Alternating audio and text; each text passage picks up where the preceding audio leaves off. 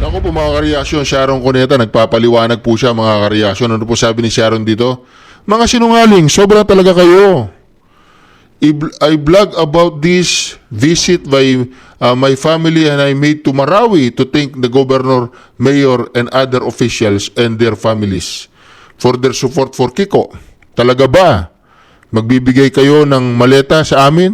Sa Marawi pa? Ang kakapal ng mukha nyo talaga, sukdulan.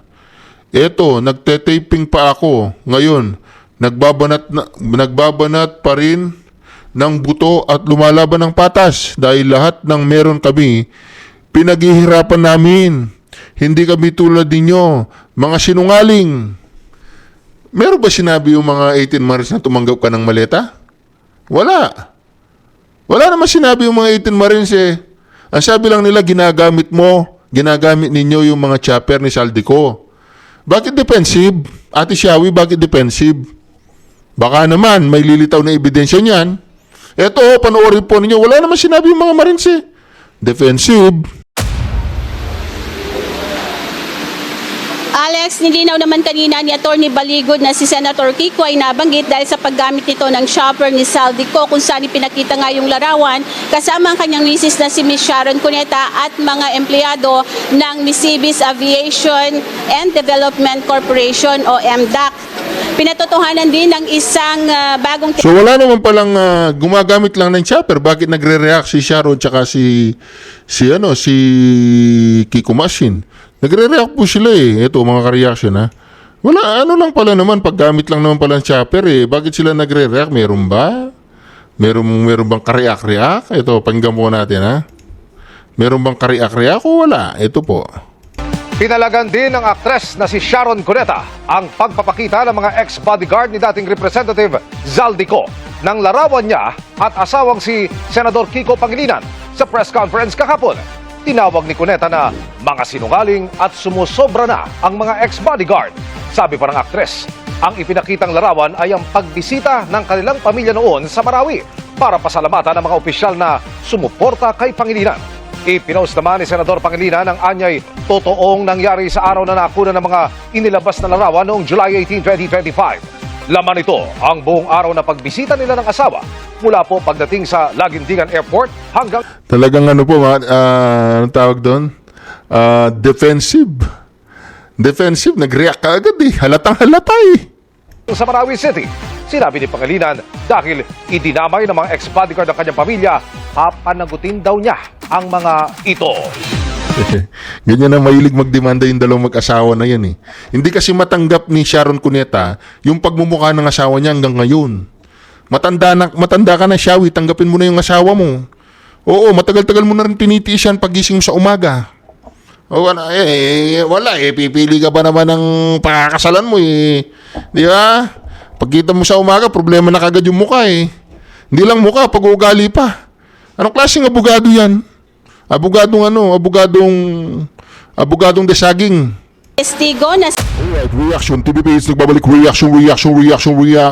Napakaganda po ng pag-uusapan natin ngayon mga ka-reaction. Ako po. Ito pong si Bendalo. Halatang halata po dito mga ka-reaction. Na kabadong-kabado pa rin po siya doon sa Marines. Pakinggan po ninyo mga ka-reaction. Kani-kanina lang to. Sa Blue Ribbon, ano sir ang plans natin so far? Yung bagmen, iimbitahan pa po ba ulit? Nagsalita na ho yun paulit-ulit na lang unless kung meron silang bagong testigo naman credible at gusto natin sa Blue Ribbon magdala sila ng dokumento, hindi yung turo yung mga lintik na yan. Madali lang magturo eh. Ano pang dokumento ang gusto mo doon? May picture, may video, may yung eksaktong bahay mo, alam nila, mayroong basement. Alam nila lahat yun eh. Paano nila nalaman yung description ng bahay mo? Yung address mo? Yung itsura ng bahay mo? Oh, paano nila nalaman yun? Paano nila nalaman yung sequence? Mahirap maggawa-gawa ng salita ha? Ang dami-dami nila, pare-parehas yung talagang kabadong-kabado ka, Brad. Yun ang kinatatakot ninyo. Kaya nagpupumilit kayo na pigilang makapagsalita itong mga Marines na to. Kasi pinatutuhanan na ni Saldico yung sinabi ni Gutesa. At tugman-tugma. Lahat sila tugmang-tugma. Sila ang kinatatakutan ninyo. Kasi alam nila lahat kung saan nila dinala yung mga pera ng taong bayan. Alam nila kung saan nila dinala yung mga maleta. Pagpunta doon sa bahay ni Bongbong Marcos, pagpunta sa bahay ni Saldico, galing lahat yung pera niyan doon sa teritoryo ni Saldico kasi mga tauhan ni Saldico to. Si Saldico ang may contact sa mga kontraktor. O, tapos si Saldico dadali niya kay Tambaluslos, tsaka kay Bangag. Tapos, dadalhan ka rin nila. Oo, di ba may election noon o kailangan mo ng perang for election. O, 7 maleta, 8 maleta. O, wag ka na magsinungaling kasi halatang halata na kayo, mga tulpo kayo. Mga kawatan din kayo. Oo, kaya ikaw, kabadong-kabado ka. Marinig mo lang yung mga 18 Marines, talagang nagpupumiglas ka na. Tamang-tama, idinimanda mo sila. Tingnan natin kung a-attend ka sa hearing nila. Pag nagka-hearing kayo. O yung libel, pakitang tao lang yun. Nahuli ka na kasi.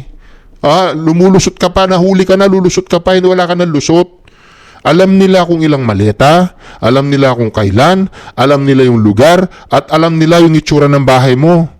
Imposible namang hindi. Ikaw naman, grabe ka naman, sir. Turo kita, ikaw, nagbanggap Oo. ng maleta, lahat kayo media. Tingnan mo, pati media, nagdadalawang isip pa. Right.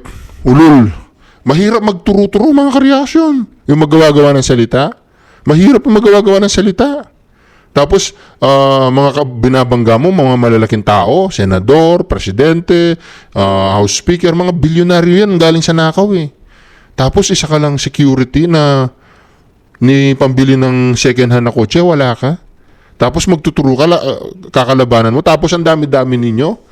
21, 18, una si Gutesa, tapos may lumabas na 18, tapos may lumabas na 14, ngayon may 7 pa. Alam nga naman lahat sila, iipunin mo, gagawa lang ng salita. Iipunin mo, gagawa lang sila ng istorya. Pare-pare. Imposible yun. Lahat yung tawa ni Saldico. Imposible yun. Huli ka na, Brad. Oo. Maletagang ka rin. Sa media, sa Senate, kita mo kapastusan na yun. Oo. Dahil gusto na supportahan, sinabi ni Senator Marcos. Gago, ang kabastusan yun, ninakaw ninyo yung pera ng taong bayan. Oo. Mga lintik na yan. Oo. Madali lang magturo eh. Turo kita, ikaw, Oo. nagbanggap ng maleta, Oo. lahat kayo media. Tingnan mo, Oo. pati media, nagdadalawang isip pa. Oo. Sa media, sa Senate, kita mo kabastusan na yun. Oo. Dahil gusto na supportahan, sinabi ni Senator Marcoleta, Oo. mga reporter, media sa Senado. Tignan mo kabastusan. Oo. Pero sir, That's out of this, that's disrespect. pero sir, yung legal steps po, meron na pong usad. Gigil na gigil talaga sila sa mga 18 Marines eh. Yan po ang nakakalungkot dito, mga kareaksyon sa ating bansa. Kung sino yung mga whistleblower, kung sino yung mga nagatid ng mga mali-maletang pera, sila po yung iniimbestigahan. Hindi nila iimbestigahan kung totoo yung sinasabi nila. Hindi iimbestigahan talaga nila, pasisinungalingan nila. Ididemanda sila ng libel. At yung merong taong maniniwala sa mga 18 Marines para lamang imbestigahan, totoo ba yan? Paano ba yan? Ano yung itsura ng bahay ni Erwin? Ilang maleta? Naku, Pinag-aaralan na palagay ko itong si Rapi may lalabas din eh. Kaya medyo takot na takot din itong si Rapi Tulfo eh. Huwag kang mag-alala. file ang usurpation of authority labang kay Senator, Kay Congressman yung nangangarap na maging senador na Mike Defensor. Pero may timeline ba yun, Sen? Kung when kayo magpa-file? Pag-uusapan pa ng majorities within the next few days. Pero Pero saan ba sa yun tingin naman? namin, may talagang usurpation of authority dahil hindi naman siya miyembro ng Senado. Sir, anong message kaya ang lumalabas ngayon na walang minority senators na pumunta sa press con kahapon? Siguro naisip nila, na-realize nila na mali yung ginagawa ng mga yun at kalukuhan na lang. Bakit kasi sipot doon, puro kasinungaling. Hindi may pumunta. Hindi pinapasok, nagkagulo. Pumunta si Robin, pumunta si Aime. Pumunta sila eh. Kaya lang hindi pinapasok. Hindi sila pinapasok doon sa vicinity hanggang sa nagkaganda gulo-gulo na. Ayaw silang papasukin doon. Kahit si Governor Chavit hindi rin nakapasok eh. Pumunta sila doon. Madali kasi magturo eh, di ba? Kung sino-sino na, may mga media na nga tinuro. Hindi madali. Alangan naman ako, tuturo kita. Ikaw, may dinalang kita ng pera. Hindi madali yun. Itawa sila ni Saldico, alam nila kung saan nila dinala yung mali-malitang pera. Oo. Ano makukuha nila kung ituturo ka nila? Ano makukuha nila sa'yo kung ituturo ka nila? ko eh. Kasi para maging credible sila, iba na namang tinuro nila. Kaya sinasabi ko, inaano ko sila, pag may dokumento kayo something. May dokumento na may litrato. O eyewitness sila, whistleblower sila. Kaya lang, ikaw ang tinatamahan, boy. Kasi, Pero sir, iimbitahan niyo pa po. kung wala namang kakwenta-kwenta, sasabihin, magtuturo lang dito, magpapasikat lang yun. May target date na ba, sir? O, di ba? Talagang init na init po sila dun sa 18 Marines. Mga ka-reaction. Alatang halata po itong si Rapi tumanggap. Tumanggap to. Sabi ng 18 Marines, tumanggap ka eh. O, wala nga naman. Di ba mga ka-reaction? Grabe. Tingnan po ninyo itong tanong ng mga bayarang media. Tingnan po ninyo itong mga bayarang media. May 13 na sila, di ba? Are you happy, ma'am? Oh, are you happy, ma'am? Sino ba naman ang hindi magiging happy ang trabaho ng mga yan, mambabatas? Mga senadora yan, senador. Kahit ako, senador ako, masaya ako. Nasa majority ako, nasa minority ako.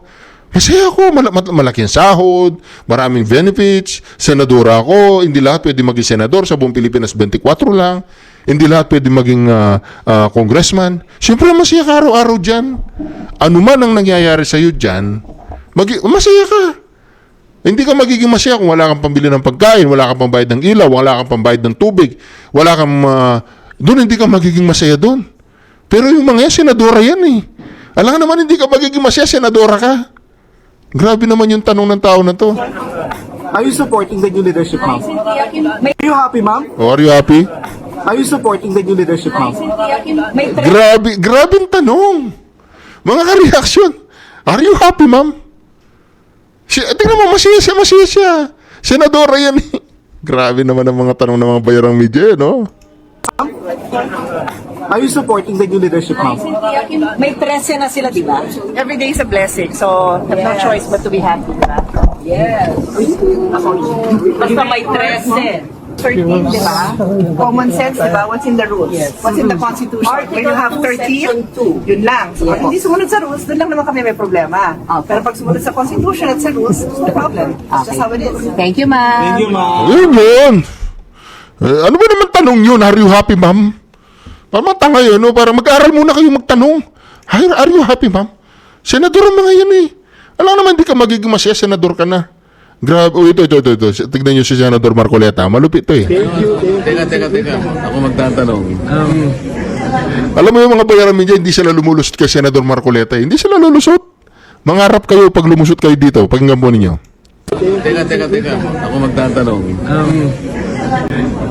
Lahat naman ng sinasabi ko, hindi nyo naman pinapublish eh. Sa totoo lang, ilang beses nyo na akong tinanong, nagpaliwanag ako na mabuti. Pero pag binasa mo lang ang mga diary, wala. TV kami, sir. TV kami, sir. Wala yung sinusulat kahit ano kaya. Sa TV, sir, hindi kayo lumalabas. Sir, konti lang. Sir, yung...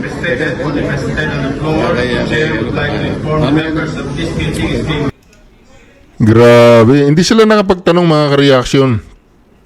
Pero in fairness mga ka-reaction si anong pangalan nito? Si Joel Villanueva takot na takot talaga kay Jesus. Opo mga ka-reaction, ito. Takot na takot po siya yan, oh. Mas takot ka pala kay Jesus Remula. O kay Jesus Remula nga lang. O kesa kay Jesus na nasa langit. O. 'Di ba? Takot na takot talaga siya, no. JIL kaya lang si Jesus Remula na, hindi na si alam nyo na. Oh. Di ba? Si Remula nga lang. Kaya lang, pinangalanan siyang Jesus. Yan, oh. Oh, yan, Jesus, oh. Di ba? Oh, di ba? Ayan, mga ka-reaction. Oh, congratulations, ang pangalan nito, ano to eh, kutusang-kutong gagong to eh. Si Joel Villanueva. Kutusang-kuto yun. Kung classmate ko to nung high school, sasampalin ko to eh. Kaya lang, hindi kita classmate nung high school, so nakalusot ka. Grabe itong si Joel, wala nang respeto sa yung taong bayan. Maraming JIL member ang nawala ng gana, alam nila may kasalanan ka, kaya natakot ka. Kaya kasi kung wala kang kasalanan, hindi ka matatakot. O tingnan mo si Jinggoy, alam niya wala siyang kasalanan. Kaya hindi siya natakot. Parehas kayo ni Escudero. O tingnan mo, nagatid sila ng pera mismo sa bahay niya. Tapos kumain pa ng hipon. Kasama yung mga katulong ni Escudero. Detalyado. Kaya lang ikaw, ang nagatid ng pera, yung contractor. Yung contractor, ay hindi. Yung district engineer pala, district engineer ang naggatid ng pera. O, di ba, mga kareaksyon, grabe. O, si Jesus nga, takot siya kay Jesus, nako po. Mga kareaksyon, grabe naman itong anong pangalan nito? Si Joel. O, di ba? Talagang malupit yan eh. Ito pa pong pinakamatinding balita. Meron po akong information, reliable po ito, na yung LTO, pinagbubura na yung record ng mga sasakyan na ginamit nila sa pagde-deliver. At kilala ko po kung sino yung nagpasimuno para burahin ang records ng mga sasakyan na ito. Balang araw ay mananagot din siya. Naku po, sino kaya yun? Grabe, pati mga sasakyan talagang wala po silang patawad. Year 2023, November 21, 2023. At nakapaghatid po din ako ng isang beses. Tingnan po niyo yung trolls, yung trolls. Yung trolls, sasabihin Alan daw, Senator Alan daw. Nagkamali lang yung tao, sasabihin Senator Alan daw, tingnan po niyo. Year 2023, November 21, 2023. At nakapaghatid po din ako ng isang beses sa Puerto Pino, sa may Las Piñas. Dating senator at dating DPWH, ngayon senador na. Kay Mark Villar. Bali, 7 na malitang medium. Oh. Sino at Alan? Mark Villar nga, dating DPWH, kayo mga troll kayo. Kayo mga trolls, ayusin nyo mag-fake news. Oh, dati pang DPWH, Alan, grabe kayo Ayusin ninyo, nagkamali lang yung tao eh. Kahit hindi na tuloy ang itinakdang pagdinig ng Senate Blue Ribbon Committee ng Cayetano Block, humarap pa rin sa isang press conference ang 18 ex-Marines at mga bagong testigo na sinasabing magpapatunay sa paghahatid ng male-maletang pera sa mga politiko sa bansa. Tinukoy naman dating sundalo si dating House Speaker Martin Romualdez na may pinakamaraming maleta ng pera na natanggap mula sa kickback sa mga flood control projects. Maliban pa kay COMELEC Chairman George Garcia at ilang mga senador. Dito na rin ay binunyag ng mga ex-Marines ang mga malalaking media personality ang nakatatanggap umano ng pera na galing sa nakawan sa mga government infrastructure project. Kunin natin ang live report ni Eden Santos. Eden. Yes, Alex, matinding pananakot at panggigipit umano ang ginagawa sa mga senador mula sa Cayetano Block. Kaya maging ang huling hirit sana na pagdinig ng Senate Blue Ribbon Committee para mailabas ang buong katotohanan sa flood control scandal ay naharang pa. Pero Alex, ang 18 brave ex-Marines hindi nagpatinag at ilan pang bagong testigo dahil yung itinakdang hearing sana kanina dito sa Double Gem EDSA Garden ay nauwi sa isang press conference. Sa halip na hearing ng Blue Ribbon Committee kaugnay sa investigasyon sa flood control scandal ay press conference ang isinagawa sa Double Gem EDSA Garden Events sa EDSA Quezon City. Maagang dumating sa venue ang brave 18 ex-Marines kasama ang kanilang abogado na si Attorney Levito Baligud. Ito ay bilang pagtugon sa investigasyon ng BRC na pinamumunuan ni Senator Pia Cayetano at Senator Rodante Marcoleta. Pero hindi dumating sa itinakdang oras ang mga senador. Paliwanag ni dating Congressman Mike Defensor na matinding panggigipit ang kinakaharap ng Cayetano Block. Senator, ay may tuloy po ba yung BRC hearing today?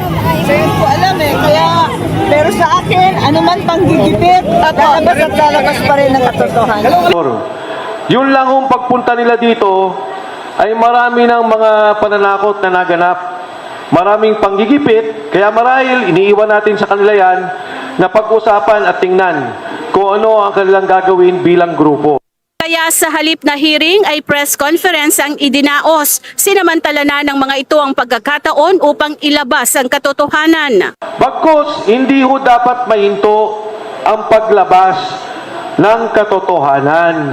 Wala naman tayong ibang gusto kung hindi sabihin talaga kung ano ba yung usapin ng pera, kung ano ba yung usapin ng pondo delivery ng maleta. Kung naalala nyo, halos mag-iisang taon na, etong July, magkakaroon ulit ng SONA. Ang sabi, imbestigahan, alamin, ang eksaktong salita, maiya naman kayo. Ngayon ho, mag-iisang taon na, kaming mga nasa harap ninyo, lahat kami nakasuhan na. Yung mga nagsasalita ng korupsyon, yung mga naglalabas ng katotohanan, ang nakakasuhan. Isiniwalat ng mga testigo ang delivery ng mali-maletang pera kay COMELEC Chairman George Garcia, Senator Chis Escudero, Senator Kiko Pangilinan at Senator Tito Soto. Ipinakita ang mga ebidensya na magpapatunay sa kanilang mga delivery. Kaninong bahay ito? Bali, nung time na yan, sir, kami, sir, yung advance team, sir, sa pag-deliver, sir, sa bahay ni Chis Escudero, sir.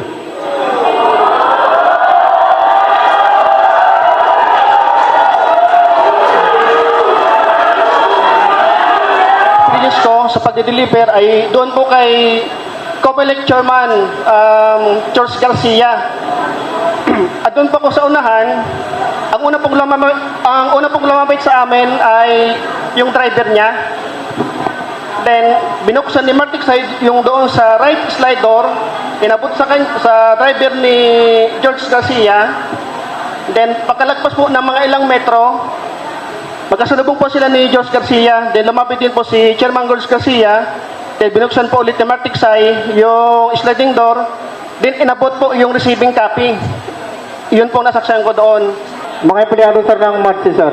Ng? MATSI, na pagmamayari ni Boss Saldico. Pakiulit, Marge.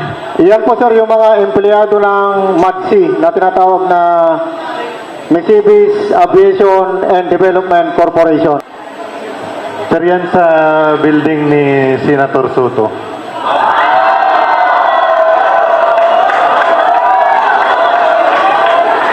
Bali, ako yung advance team kami dyan, sir. Kasama ko yan dyan si Badilla.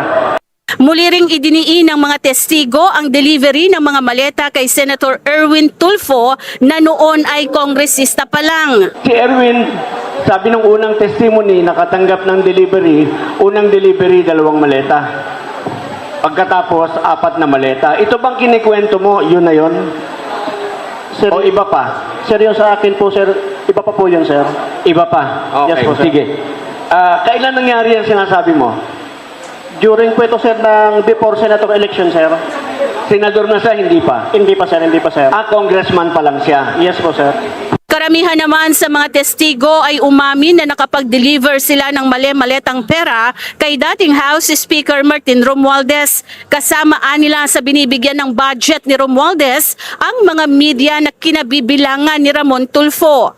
Nilinaw sa presscon na malalaking media personality ang nakakatanggap umano ng pera. Ano yung nakita? Yung delivery mo ng pera, araw-araw ka? Yes, sir. Pag may mga lakad, sir. Hindi, sa normal. Kasama yung kay speaker, kasama senador, kasama yung sinasabi mong sinasamahan mo almost every day. Yes, sir. Almost every day, sir. Okay.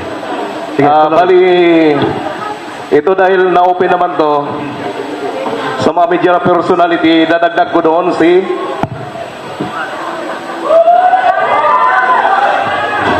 Ramon Tulfo.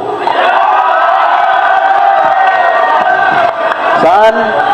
Sa Pro 87, Scout Gandia sa Prolog QC. Marios, Tomas Morato, Marios, Scout Gandia, number 87, Prolog, Quezon City. Si Heron Balderrama, yung matagal nang binabanggit ng 18 ex-Marines na pagdadala ng mali-maletang pera sa Ilocos, kung saan ang tumanggap ay si Congressman Sandro Marcos, at nagkita nga noong gabi si dating Congressman Saldico at si Pangulong Ferdinand Marcos Jr. kasama si First Lady Liza Araneta Marcos. At humingi naman ng paumanhin na Alex ang mga dating sundalo na dahil nga doon sa pagtatanong kung meron din ba silang na-deliver na mga mali-malitang pera sa mga opisyal naman ng Armed Forces of the Philippines at Philippine National Police dahil sabi nila ito ay isang sensitibong bagay, Alex. Okay, Eden, may nababanggit si Attorney Levy Baligod patungkol sa ledger na magpapatunay na merong ngang mga ginagawang pag-record na kanilang pagdadala ng pera, no? Umano, no? Kailan nila ilalabas itong ledger na ito? Alex, kanina ay sabi ni Attorney Baligod, baka ito'y makasama na rin doon sa mga kanilang isusumite sa Ombudsman. Pero ito ay kanilang talagang mahigpit na iniingatan dahil mas marami konkretong mga ebidensya na magdadawit, magsasangkot sa mga malalaking opisyal ng pamahalaan, Alex. Oo, siguro panghuli, Eden, bukod kay Attorney Baligod at kay dating Congressman Mike Defensor, bakit dumami yung mga taong nasa harap at maanghang mga sinasabi nila kontra doon sa mga tumatanggap umano ng mali-malitang pera? Alex, kasama kanina dito sa press conference yung mga dating opisyal ng AFP at ng PNP. Gayon din yung mga retired generals na... Ito ba mga ka-reaction? Halimbawa, itong mga to, di ba, mga ka-reaction, sila po yung mga... Wala silang interest dito eh. Sila po yung nagtatrabaho kay Saldico. So habang naghahatid po sila ng pera, hindi nga sila nakakatanggap ng tip eh. So habang naghahatid po sila ng pera, mga ka-reaction, ginagawa lang nilang trabaho nila, bayad sila doon. Ibig sabihin, ba, kung 40,000 per month sila or 50,000 per month sila, yun, bayad sila. Pero ito po ang pinakamalaking katanungan dito. Sila ang nagsasabi kung saan nila dinala yung pera eh. Bakit hindi nila imbestigahan kung totoo yung sinasabi nila? Hindi. Antimano, ito yung mga dinidemanda tsaka yung notaryo ng mga papel eh. Di po ba pag ninotaryo mo, yung lawyer na nagnotaryo, hahabulin. Itong mga Marines, inahabol. O tapos, ipapakita ko po sa inyo, meron po akong exclusive na video ni Joel Villanueva. Alam niyo mga kareaksyon, ako hindi naman ako nanginayang kay Joel. Simula nung nakasama niya yung mga Duterte Black, alanganin na siya eh. Alanganin na eh. Oo, kasi nung sinabi nilang nagbigay sila ng pera doon sa aid niya, may may lamat na kaagad. Kaya ito kaagad na pinpoint niya ni Ombudsman. So sabi nga ni yung takot na takot yan si Joel kay Jesus. Problema nga lang hindi si Jesus Christ, si Jesus Boying Remula. Ibang Jesus ang kinatakutan niya. Mantakin mo yan Joel. Nagkamali ka kung sino pang Jesus ang kinatakutan mo. Naku.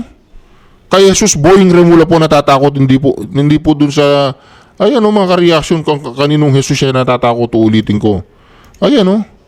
Takot siya kay Jesus. Jesus Boying Remula, di ba? At least, yun. Sasabihin niya, JIL pero ako, JIL pa rin. Kaya lang, Jesus Boying. Yun.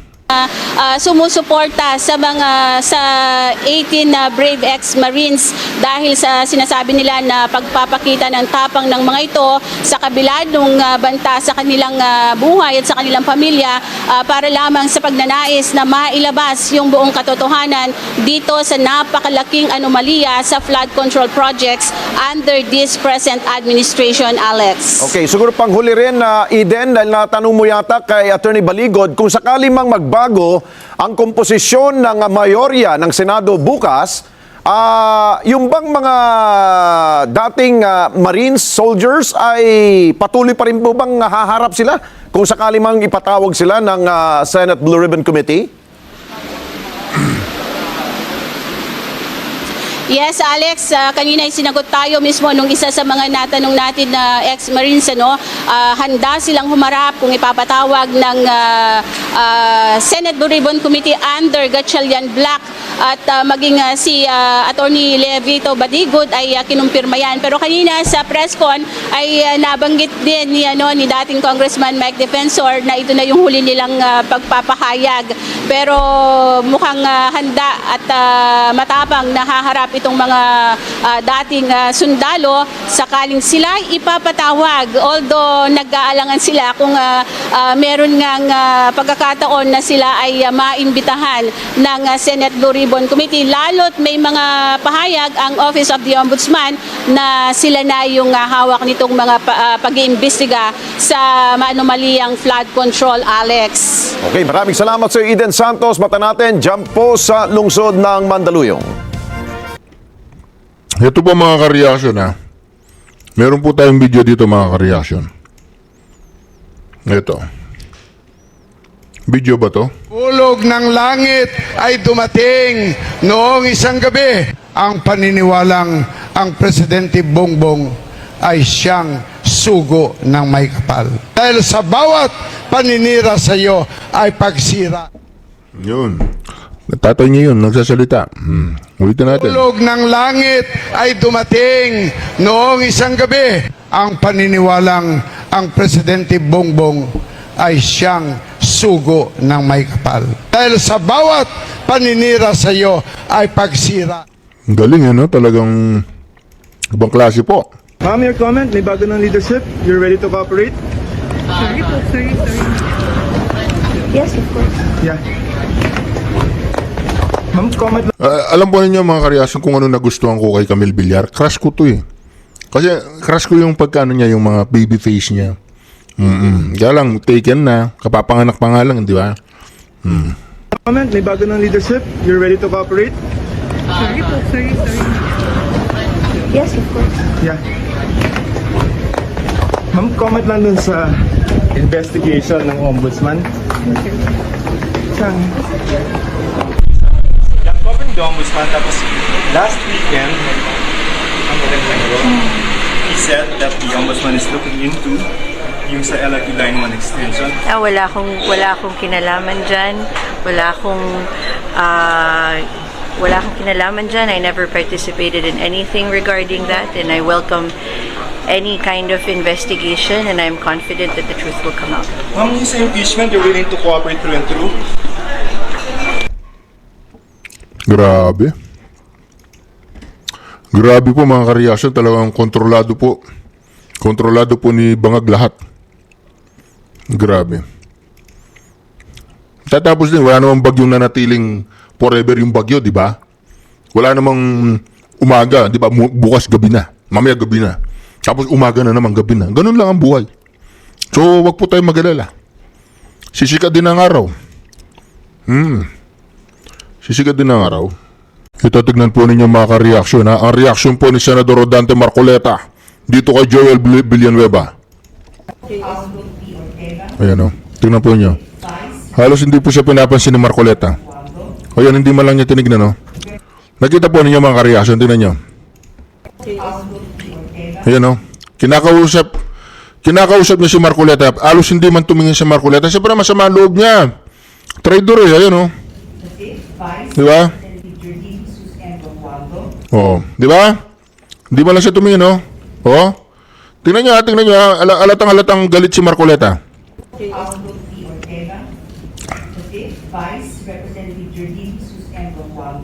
ba? Oo.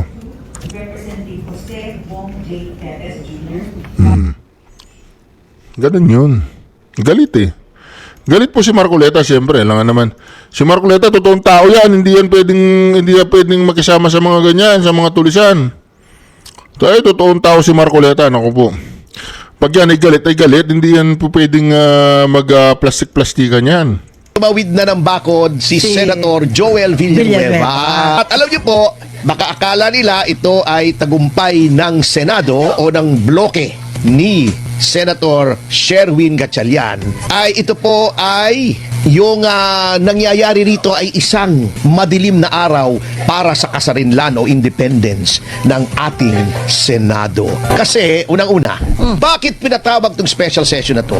Huwag na tayong maglokohan pa rito, Mr. President. When I say Mr.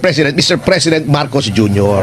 Pinatawag nyo rito kasi gusto nyong kontrolin ang Senado. Pinatawag nyo to kasi para mawala yung gulos sapagkat na-pressure nyo na si Senator Joel Villanueva na lumipat sa bakod ng grupo ni Gatchalian. At paano nyo na-pressure sapagkat may mga kaso po na nakaamba laban kay Joel Villanueva mula sa tuta ninyong ombudsman. Huwag na tayo maglokohan pa. Yan lang po yan ha. Huwag nyo nang insultuhin ang aming talino, ang talino ng mga Pilipino. Alam po namin kung ano pong nangyari dyan. Sinampulan nyo si Jinggoy, nakulong, at sinabi nyo kay Joel Villanueva, pag hindi ka lumipat, pag nagmatigas ka dyan, ay yan din ang sasapitin ninyo. Kaso nyo, mas madaling takutin si Joel Villanueva, tumawid. Mukhang bakla eh. Hindi kaya bakla si Joel? Mukhang bakla lang ha. Bakla ka ba, Jo? Joel, bading ka ba? Mukha lang, hindi yung sinabing bakla siya. Mukha lang bakla. Yung prinsipyo niya, bakla. May ng klase, bumabaluktot eh. Nagiging yung kanyang prinsipyo, nagiging parang prinsipyo ng parang may diferensya sa pag-iisip eh. Ganun lang. Tingnan po niyo si Saldico ha. Ibig sabihin, Nung panahon na namamayagpag pa si Saldico sa nung kakampi pa niya lahat at pati si Tambaloslos, tignan nyo ha, gaano kabastos ang bunganga nito. Dapat ito yung makulong eh. Si Saldico dapat hanapin natin ito, kulong natin ito eh. Yung kulungan na puno ng langgam. Tingnan po ninyo.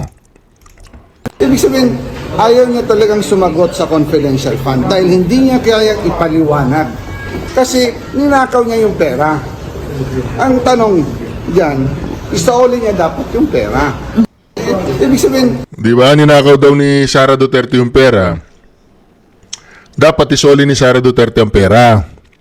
Ngayon pala, siya ang magtatago sa ibang bansa. Dahil siya maraming ninakaw. Gago rin itong si Saldico eh, no? May araw ka rin, Saldico, huwag kang magalala. Makukulong ka. Makukulong ka 100%, huwag kang magalala. Pakinggan muna natin si Sir Banat. Ito namang mga Marcos, ayaw nilang maupo ang mga Duterte o si VP Sara Duterte dahil mabubuking ang lahat ng korupsyon na ginawa nila for 6 years. Actually, hindi pa nga 6 years. Kulang pa ng 2 taon pero booking na booking mo na yung korupsyon ginawa nila. At malalaman yan at mabubulgar yan at sigurado ko marami ang makukulong dyan dahil nga po sa korupsyon na ginawa nila pag naupo itong si VP Sara Duterte. Sure yan, maraming makukulong dyan. Kaya nagkasundo itong mga pulahan, dilawan, pinklawan at syempre yung talagang Duterte haters ever since na mga NPA, nagkasundo-sundo sila. Lahat tayo, awayin natin ang mga Duterte. Lahat tayo siraan si VP Sara Duterte. Lahat tayo, andun ang banat natin. Kita ninyo, mantakin ninyo ito ha. Sabi ko nga pa, ulit-ulit ko ito sinasabi sa inyo eh. Mantakin nyo ba naman? Galit na galit sila kay Marcos, ang mainstream media. Ang pinklawan, galit na galit kay Marcos. Lalong-lalo na ang dilawan. Di ba? Galit na galit yan kay Marcos. Pero bakit ngayon? Nagkakasundo sila sa isang sigaw. Ano yun? Pabagsakin si VP Sara Duterte. Pero dati magkakaawa yan. Mainstream media, galit na galit siya kay Marcos dati. Alala ninyo? O pero ngayon, ano? Ayan na, magkakasundo sila. Yo, di ba? Si Sara Duterte lang talaga makaka-reaction ng ang problema ng mga yan. Kung wala si Sara Duterte, nako, sila magdudurugan, silang dalawa. Kaya lang nandiyan pa si Sara, kailangan muna lang durugin si Sara. Pag nadurog na nila si Sara, yung mga dilawang pinklawan, dudurugin naman nila si Bongbong. Kasi wala namang kaalyado si Bongbong eh. Ang nag-ooperate lang talaga lahat na ito, ang nag-ooperate ay ang mga dilawang pinglawang maalingasaw. Sa mga kakampi natin dyan, huwag nang sumama ang loob na lumipat si Joel Villanueva. Isipin nyo na lang ito, hindi natin kailangan ng politikong balintong baliskad. Hindi natin kailangan ng politikong hindi kayang ipaglaban ng taong bayan. Hindi natin kailangan ng politiko na magiging kakampi na sariling interes lang ang iniisip at hindi ang bayan. Yung mga sinasabi nga tungkol sa mga bayan-bayan at Diyos na yan, maniwala ka doon. Natakot talaga yan. Sabi nga sa The Godfather, give him an offer that he cannot refuse. Nakapagbakasyon nga sa Camp Janay, allegedly. O, di ba? Ngayon, ang atin na lang tutukan, itong flood control na hindi ipinalalabas sa Blue Ribbon at sa kasamidya. In-interview kagabi si Manong Chabit ng Net25. Puntahan nyo yung Facebook channel ng Net25 at panoorin nyo yung interview kay Manong Chabit kung saan inilahad niya yung mga dokumento patungkol sa nakawan sa flood control project sa Ilocos Norte mismo, sa distrito ni Sandro Marcos, sa lugar ng Pangulong Marcos. I-share ninyo para makita ng buong mundo na totoong merong anomalya sa mga proyektong flood control. Mga substandard, ghost project, doble-doble at ang pondo, at marami pang ibang kababalagan na Marcos lang ang makakagawa. Kaya wag kayong masaktan, wag kayong mainis dahil sila Joel Villanueva, Chis Escudero, ang kanilang rason ay maprotektahan ang kanilang mga sarili. Tayo mga Pilipino, ang pinoprotektahan natin ang kapwa natin mga Pilipino, kaya tayo ay magtulungan. Kailangan natin ipaalam hindi lang sa Pilipinas kundi sa buong mundo na ganito ang nangyayari sa Pilipinas. Ninanakawan kami ng pamahalaan at ipinambabayad doon sa mga politiko para mapagtakpan yung ninakaw nila sa kaban ng bayan. Sayang ang bayot!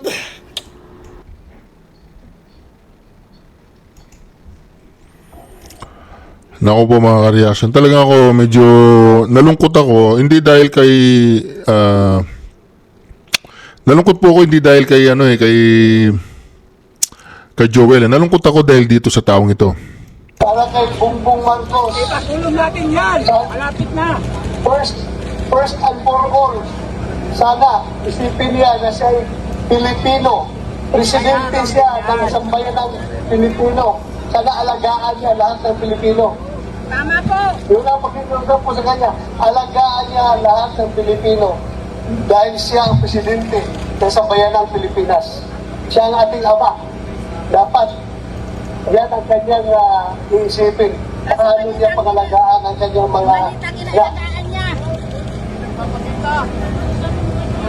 whatever, kahit na alam natin na plano nila yan lahat.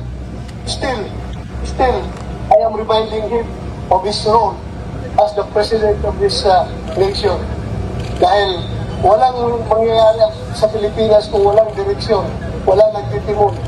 Kung kahit sino-sino na lang dumidiskarte dyan, at pati si Trillanes, hindi ko alam kung anong papel niya sa mundo. Bakit siya, may dala-dala naman. Hindi naman siya membro ng ICC, hindi naman siya membro ng Interpol, hindi siya membro ng PCTC, hindi siya nag-coordinate sa operasyon lang dito. Kanina niya, hayop na yan.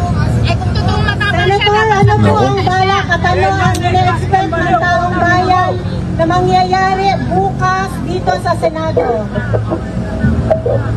Well, we'll continue to do our job.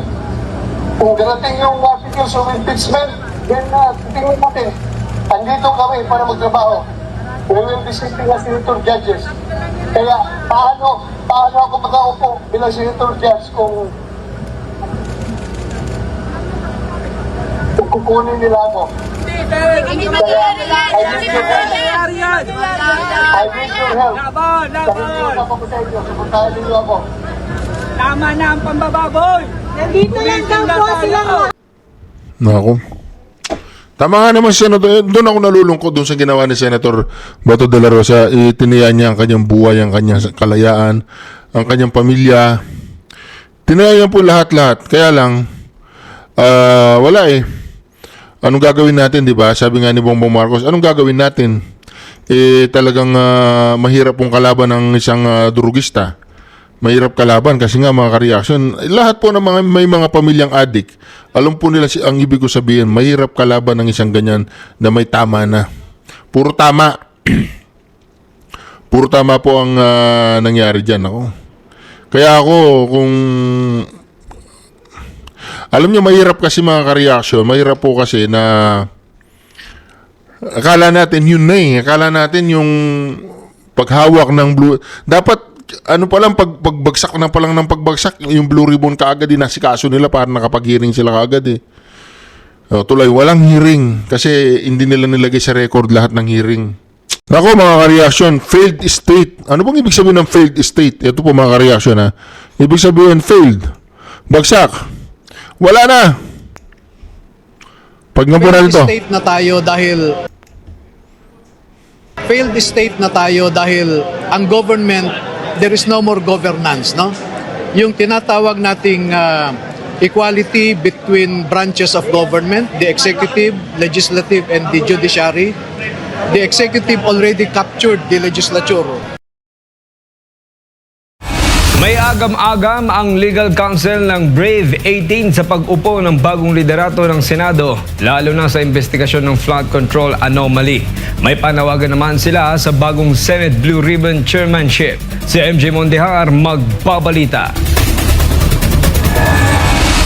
Inaasahan na raw ng Brave 18, mga dating sundalo at security personnel ni resigned Congressman Zaldico na magkakaroon nga ng balasahan sa liderato ng Senado. Sa kasalukuyan ay tuluyan ang nakaupo bilang Senate President si Sherwin Gatchalian.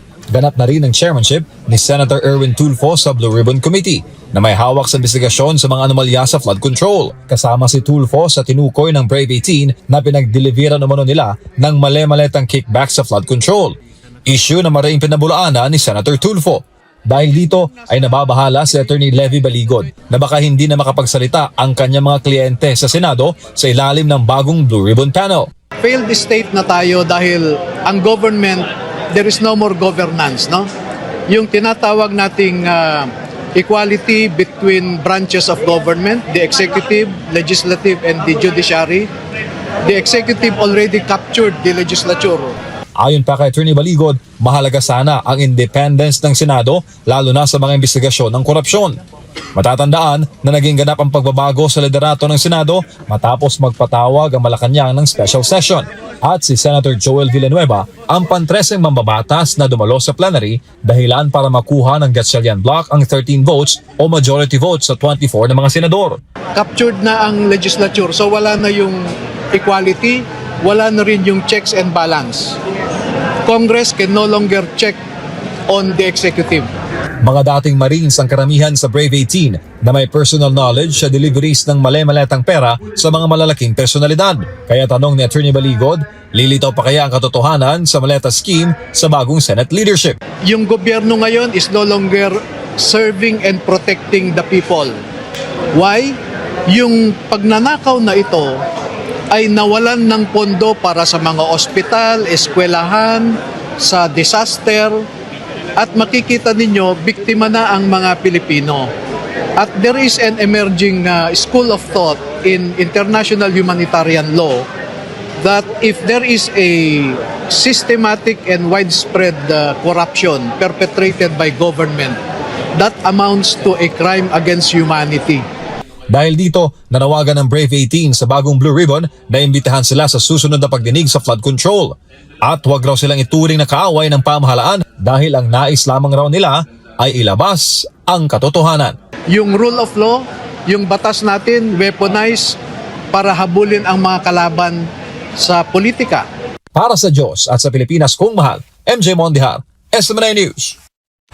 4 na iba pang miyembro ng Brave 18 ang humarap sa investigasyon ng Office of the Ombudsman kaugnay ng umano'y maleta delivery scheme. Muli namang humarap sa tanggapan ang dating sundalong si Johnny Buduan na una nang humarap noong nakaraang linggo. Si Margaret Gonzalez magbabalita.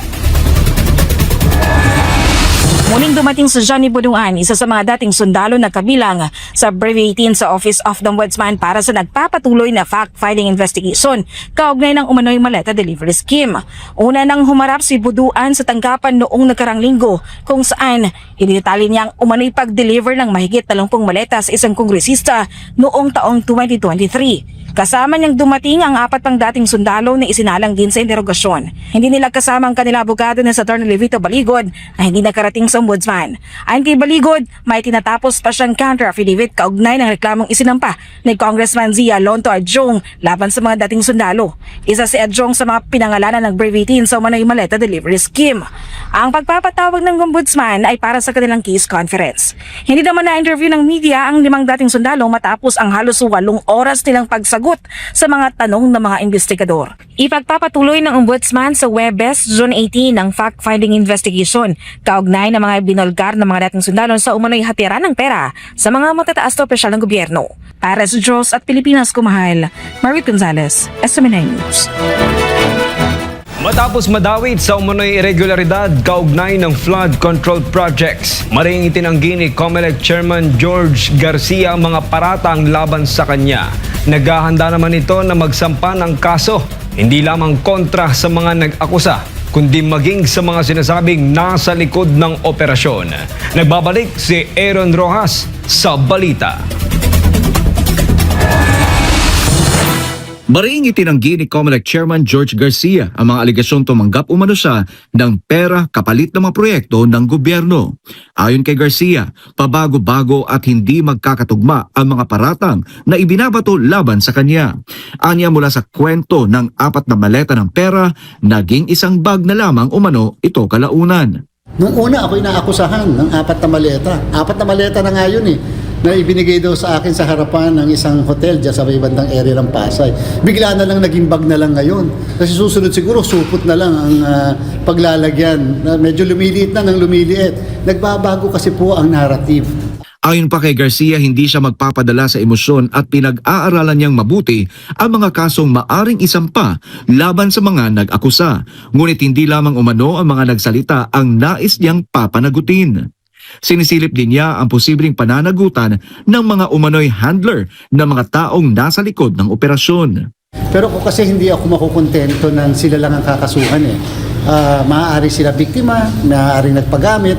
Pero paano yung mga nasa likod? Paano yung mga nag-drawing, gumawa ng script? Mas mabigat pa rito sinabi ni Garcia na isa sa mga natukoy sa kanilang paunang investigasyon ay isang dating opisyal ng Armed Forces of the Philippines na umano'y may kaugnayan sa isa sa mga nag-akusa. Yung isa sa handlers dyan ay dating opisyal ng Armed Forces of the Philippines. And wala na po siya, matagal na rin wala sa AFP. May kaso nga po na hinaharap sa DOJ. So, ito yung mga klase ng tao na mga nasa likod. Kasabay nito, hinihintay raw ni Garcia ang resulta ng investigasyon ng National Bureau of Investigation o NBI, lalo na ang anggulo na may kapalit ang paglalabas ng impormasyon laban sa kanya. Sabi ng NBI, base sa initial investigation, may naibigay, meron daw pong nagsabi na. So, hintayin ko rin po yung NBI investigation kasi... Git pa ng COMELEC Chairman, walang lohikal na dahilan upang iugnay siya o ang komisyon sa mga flood control project ng pamahalaan. Anya, wala namang direktang kinalaman ng COMELEC sa pagpapatupad ng mga naturang proyekto. Ano po ba ang kinalaman ng isang COMELEC chairman o ng Commission on Elections for that matter sa flood control projects? Hindi naman po kami nagpapagawa ng kalsada. O kaya naman po wala naman po kami kahit na pinagawa na kahit isang flood control project kahit pa sa Commission on Elections. So ba't naman po kami... Sa ngayon, nagpapatuloy ang sariling investigasyon ni Garcia upang matukoy ang lahat ng posibleng sangkot bago magsampa ng formal na reklamo. Naniniwala rin siyang maaring may kaugnayan ng issue sa mas malawak na usaping politikal habang papalapit ang paghahanda para sa 2028 elections.